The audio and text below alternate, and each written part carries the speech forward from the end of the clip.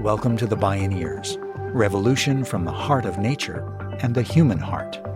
It's all alive. It's all connected. It's all intelligent. It's all relatives.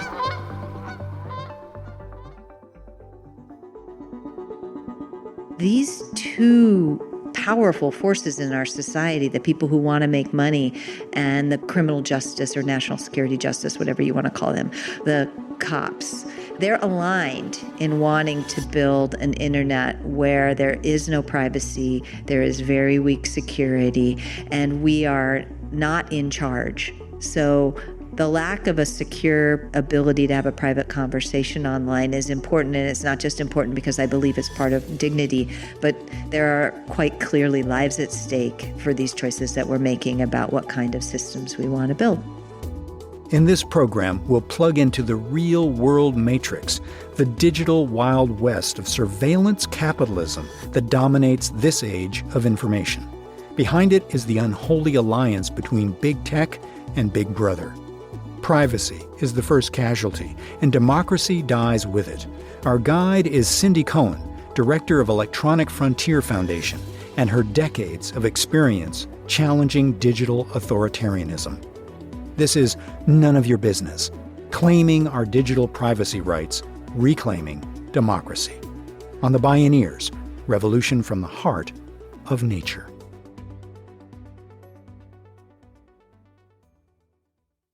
In the year 2000, just 25% of the world's information was digitized. Shoshana Zuboff, the author of The Age of Surveillance Capitalism, points out that when the dot-com bubble burst, Google was a small startup with a potent search engine, but scant revenues. Until, she says, Google, quote, learned how to combine massive data flows of personal information with advanced computational analyses to predict where an ad should be placed for maximum click-through. It would prove a world-changing act. But the catch is that this magic trick of prediction was dependent on an insatiable appetite for data. That hunger soon scaled by orders of magnitude with the advent of smartphones, apps, and all manner of cameras, devices, and sensors, and now AI. Says Zuboff, quote, user ignorance was understood as crucial to success. Each new product was a means to more engagement, a euphemism used to conceal illicit extraction operations, unquote. In other words, while you're searching Google, Google's real purpose is searching you, as secretly and profitably as it can get away with. As the saying goes, when something is free, you are the product, because knowledge is power. It's asymmetric warfare that Zuboff compares to one-way mirror operations. Facebook followed close behind Google in this systematic abolition of personal privacy. So would the other tech overlords, setting the table to dominate the 21st century economy as the richest and most powerful corporations in history. Cindy Cohn is executive director of Electronic Frontier Foundation, the world's oldest and largest digital civil liberties organization. She says ceding control of your data means all manner of unintended consequences for everyone. Cindy Cohn spoke at a Bioneers conference. The surveillance part of it is very pervasive, and it's built into everything. We know that a lot of the inferences that these systems draw are not right and are discriminatory. If Facebook knows that you're a woman, you're unlikely to see ads for becoming a CEO. If you're a Black person, you're more likely to see ads for becoming a bus driver and not ads for something that might pay you more salary. Targeted advertising is bad just in and of itself, but it also really can supercharge a lot of things in our society that we're trying to combat. But even when they are right, I don't think that's the world that most of us want to live in. So it's been disturbing to work so hard to try to build a space for private conversation and private activities online and see this business model just crush that. That business model achieved warp speed after 9/11. Any quaint concerns the government had about restrictive digital regulations favoring online privacy vaporized in a national security fever dream to attain what Vice President Dick Cheney called total information awareness. As the head of the CIA put it, collect everything and hang on to it forever. Naturally, the government turned eagerly to private tech corporations. The cover of national security neatly allowed the military intelligence complex to bypass congressional regulation and pesky legal and constitutional privacy protections. So these two powerful forces in our society, the people who want to make money and the criminal justice or national security justice, whatever you want to call them, the cops, they're aligned in wanting to build an internet where there is no privacy, there is very weak security, and we are not in charge. And I think it's really important that we talk not only about the corporate side, but the governmental side. The surveillance part of surveillance capitalism isn't just talking about the companies, and there are real serious ramifications for people around the world and for movements around the world. One iconic rallying cry of early digital enthusiasts was, "Information wants to be free." It began as a liberatory vision of access to information and democratic institutional transparency. In practice, tech monopolies want your information to be free to them as their private property. So how did we get here? I got involved with EFF in the early 90s. The promise of digital technologies to me involved building a secure and private way for more people to talk to each other than they could with technologies before. So this idea that we have to be able to figure out how to make change among a wider range of people, the technology made that possible. Doesn't make it inevitable, but it made it possible. And that was one of the founding things. I'm a lawyer by training, and I did human rights work before I stumbled into the digital age. So I've always been interested in how technology can facilitate the promise of human rights. So, how can we build a movement that will actually help us better control our lives? How can we make all the world's knowledge available to all the world's people? And how can we make voices heard that couldn't be heard before? Those were kind of three things that I saw, and I'm not the only one, that we saw as a possibility of this new global digital technology. And what happened, in my view, is that the B school people got involved, right? The business school. In the 1990s, there was broad bipartisan consensus about the promise of these novel global digital technologies to connect people, facilitate the sharing of knowledge and culture, and advance democracy. But already by the 1980s, in backroom meetings between Congress and the Reagan and Bush administrations, their interest was not the public interest. Instead, federal policy would ensure the nascent World Wide Web would provide private enterprise with the biggest profit-making opportunity in history, unregulated by government. The Clinton administration also excluded the public from the table, readily handing this game-changing global communications nervous system over to the so-called free market to sort it out. But of course, it was Congress, not the free market, that shelled out copious taxpayer dollars to build the information highway. Back in those before times, one of Cindy Cohn's first projects focused on the most critical political economic variable at the heart of the matter: privacy. I met some folks who were involved in the free software movement. They asked me one day if I would take on a lawsuit involving freeing up encryption technology from government regulations. Encryption technology is how you have privacy online. And at the time, in the 1990s, it was controlled by the U.S. government like a munition. So it was on the U.S. munitions list, along with, surface-to-air missiles and tanks, was software with the capability of maintaining secrecy. We sued, and the regulations were thrown out as unconstitutional. So I've believe strongly that we all deserve the right to have a private conversation. And that's true whether we're using digital services or non-digital services, that it's part of our human rights. It's part of us as humanity. So a good part of my career has spent trying to make that happen. The landmark court decision meant the public had the right to use encrypted technology to keep their internet communications private by default. The reversal of fortune came in the wake of 9/11. During this time, Cohen and EFF launched a campaign to restrict online snooping by the National Security Agency. The hyper-secretive government intelligence branch would only be forced out of the shadows in 2013 by whistleblower Edward Snowden. I was suing to try to stop the NSA from doing mass spying on everyone in 2006.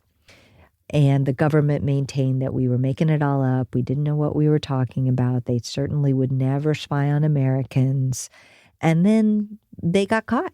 Mr. Snowden provided evidence that confirmed that what we had been saying for, at that point, 7 years was true. And that was what inspired him, because he believes that it's important that a government be straight with its people. I don't like that he's stuck in Russia. I will tell you that the place you are standing when they take your passport away is the place you will stay. So if they want to give him his passport back, he'd be delighted to come home. But they need to drop the death penalty-based espionage charges that they have against him, because he didn't engage in espionage. He engaged in turning on the lights for all the rest of us and stopping the lying. And then the government had to come clean, and they had to admit it. If it weren't for Mr. Snowden, they would still be lying to us about what they're doing. And that's why we owe him a debt of thanks. We can't change our government unless we know the truth about what they're doing. And as a result of what he did, we have scaled back some of the mass spying, especially the telephone records program. And EFF is part of a large coalition that helped encrypt the web in the aftermath of the Snowden revelations. The work that I and other people did is part of why we have things like Signal, things like WhatsApp, that let people communicate securely and privately over digital networks. And we went from very low percentage of web transactions being encrypted to well over 90% being encrypted now.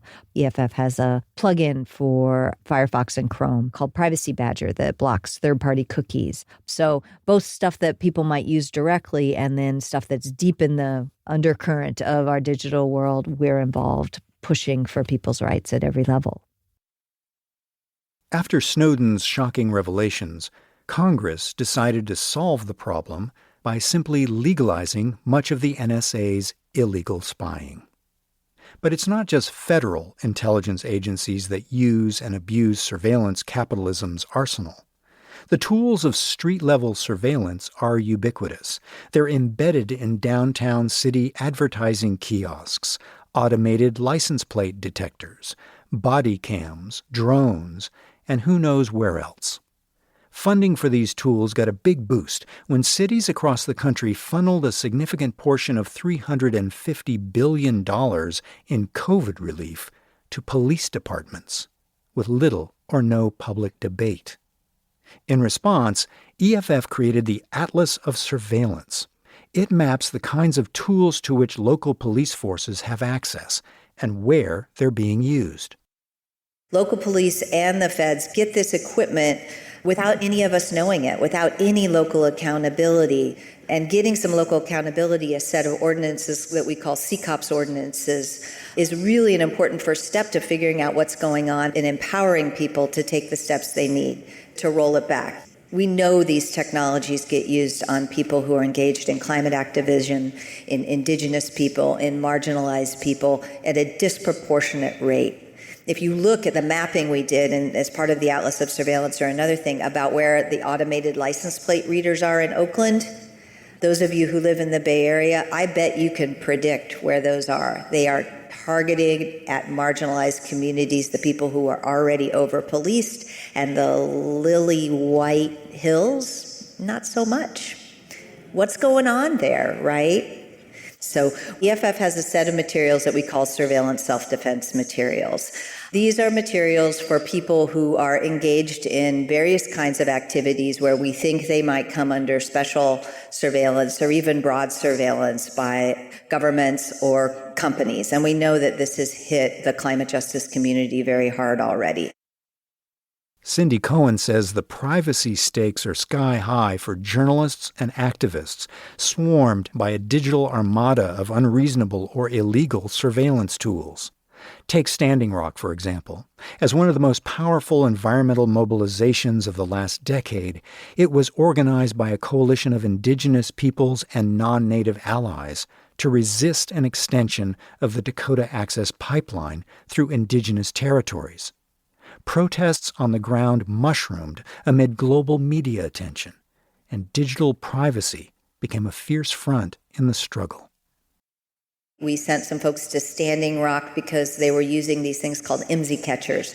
These are fake cell phone towers that handle people's calls, but also track who's in the area based upon the location information called IMSI that your cell phone provides. So we did some research about that and are continuing to track it. We think this is a pretty go-to tool for police and other law enforcement when there is mass protest activity and they want to get identifying information or close to it for the people who go there. In an early IMSI catcher case that we handled, we found that law enforcement was using this by basically lying to a judge about what it did, and we were able to uncover the lie and require law enforcement to get an actual court order based on truthful information about what they were doing to do it. So even when we can't block it entirely, we can begin to scale it back and bring things within the realm of rule and law. And I think that these are things that are going to be important for this community because the climate justice movement wants to be out in the streets, it wants to be loud, and wants to be making noise.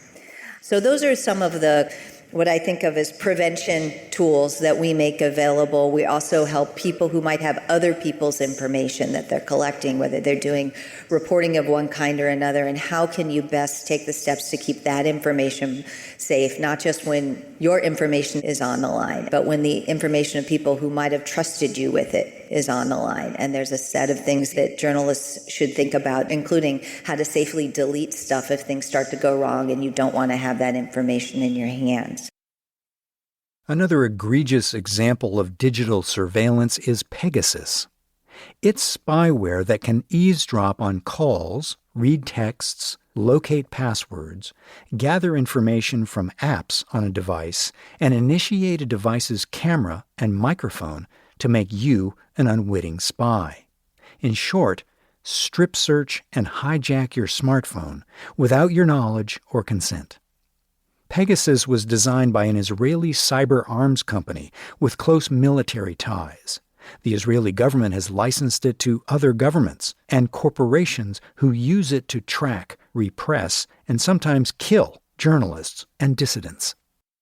So the lack of a secure ability to have a private conversation online is important, and it's not just important because I believe it's part of dignity, but there are quite clearly lives at stake for these choices that we're making about what kind of systems we want to build.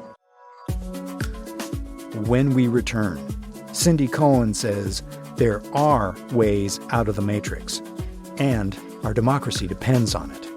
I'm Neil Harvey. You're listening to the Bioneers, Revolution from the Heart of Nature.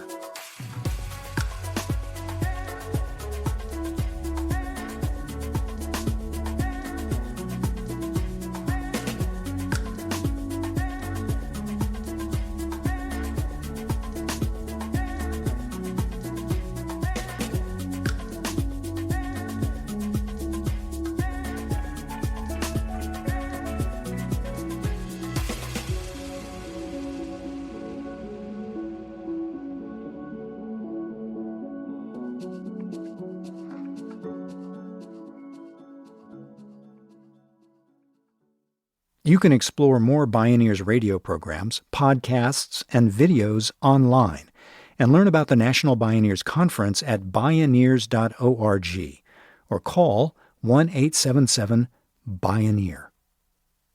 What feels like the overwhelming power of big tech and Big Brother is actually core to their strategy. Induce a sense of inevitability, helplessness, and resignation, and keep people on the dark side of the one-way mirror. I think a lot of companies would like us to feel that way. And so there's a lot of corporate pushing in that direction. You know, very famously, the head of Sun Microsystems said, privacy is dead, get over it. That serves the interest of the tech industry if we engage in, you know, what my friend Eva Galperin calls privacy nihilism, right? I mean, we can build a world where technology supports us. I just interviewed Alvaro Bedoya, who's a FTC commissioner, and I asked him, what does the world look like if we get it right? He said, we live in a world where technology supports dignity, human rights, and it supports a life where we can live and work with pride. And I live a life where the things that I do online and the places I go and who I see are my business and nobody else's business. And I can share them if I want, but I don't have to. That the focus of my technology is to support me, not having a secondary business model, not having a secondary interest, not having tracking. And of course, I'm a straight up OG civil liberties person, not available to the government unless it has proper process and a warrant. You know, that's, again, kind of the place I started with this work, was the idea that we should be able to have a private conversation online. We're still working on it. We have lots of tools. We've come a long way, but that's still the goal. And I still think we can get there.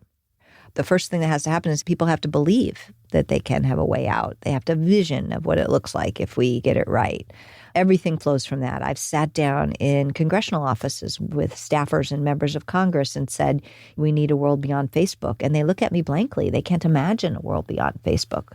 Many people can't leave Facebook. They can't leave the big platforms. That's where their community is. There are, you know, people who run their businesses there. But they ought to be able to have other tools that help them interoperate on it with a different deal than the one that Facebook is operating. After 20 years of a Wild West virtually without regulation, resistance is building to reclaim democratic governance. The U.S. federal government and dozens of states are taking serious antitrust actions against Google, Apple, Facebook, Amazon, and Microsoft, as is the European Union. Breaking up these behemoths can allow real competition, and it would also allow more flexibility and autonomy for users and their local communities at the technical level, in actual networks.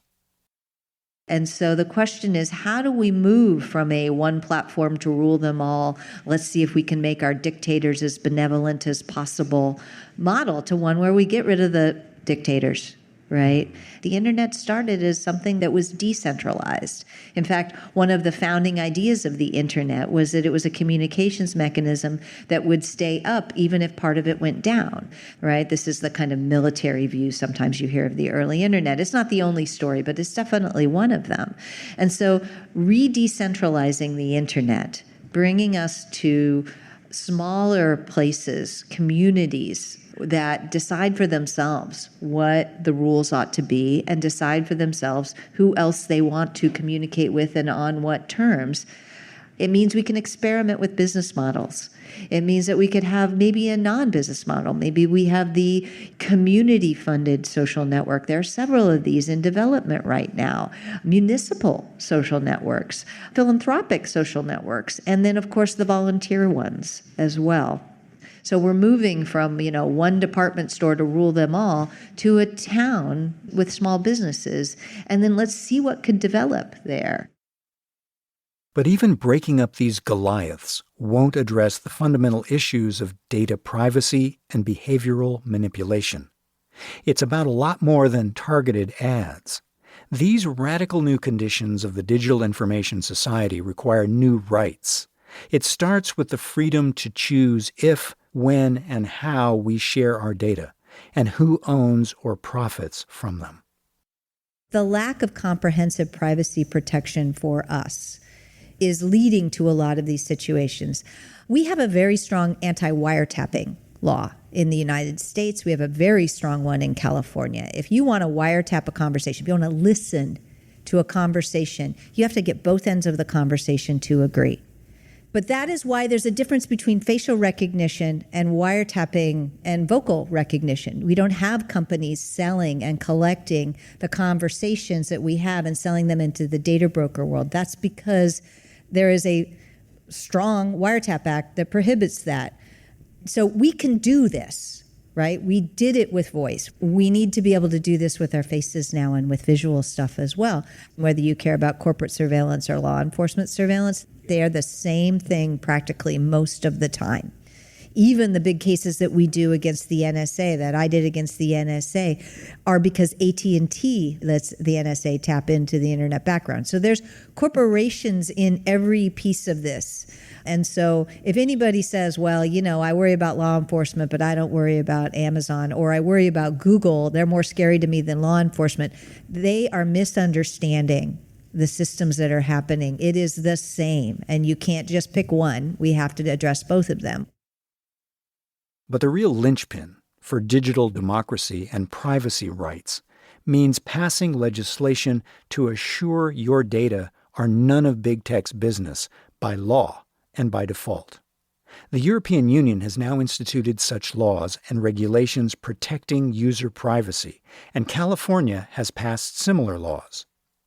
Cindy Cohn believes it's the responsibility of government to connect crucial new rights to the public good and to the authentic needs of people and society.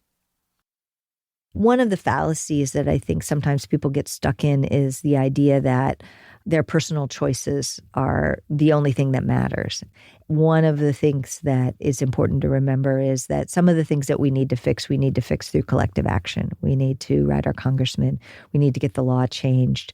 We need to participate in social movements and social growth, that your own personal privacy choices and whether they're exactly the most privacy protective or whatever tools you use, those are fine, and we can make those choices, but don't get stuck there.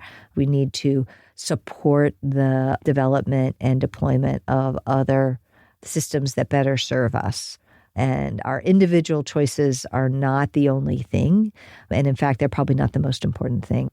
We need committed political and legal and creative innovation action in order to move towards this better world.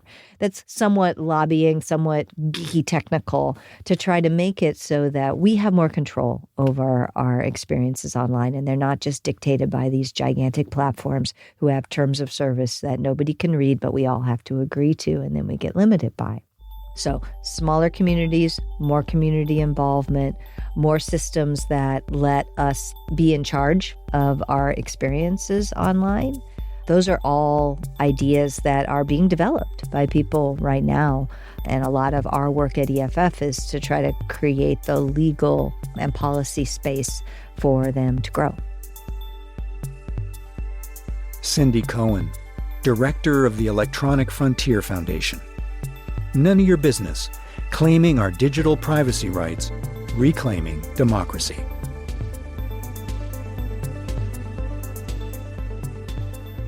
Executive Producer Kenny Ausubel. Written by Kenny Ausubel. Additional production and writing from Leo Hornak. Senior Producer and Station Relations Stephanie Welch. Program Engineer and Music Supervisor Emily Harris. Producer Teo Grossman. And I'm host and consulting producer Neil Harvey. Thank you for listening. This is program number 272.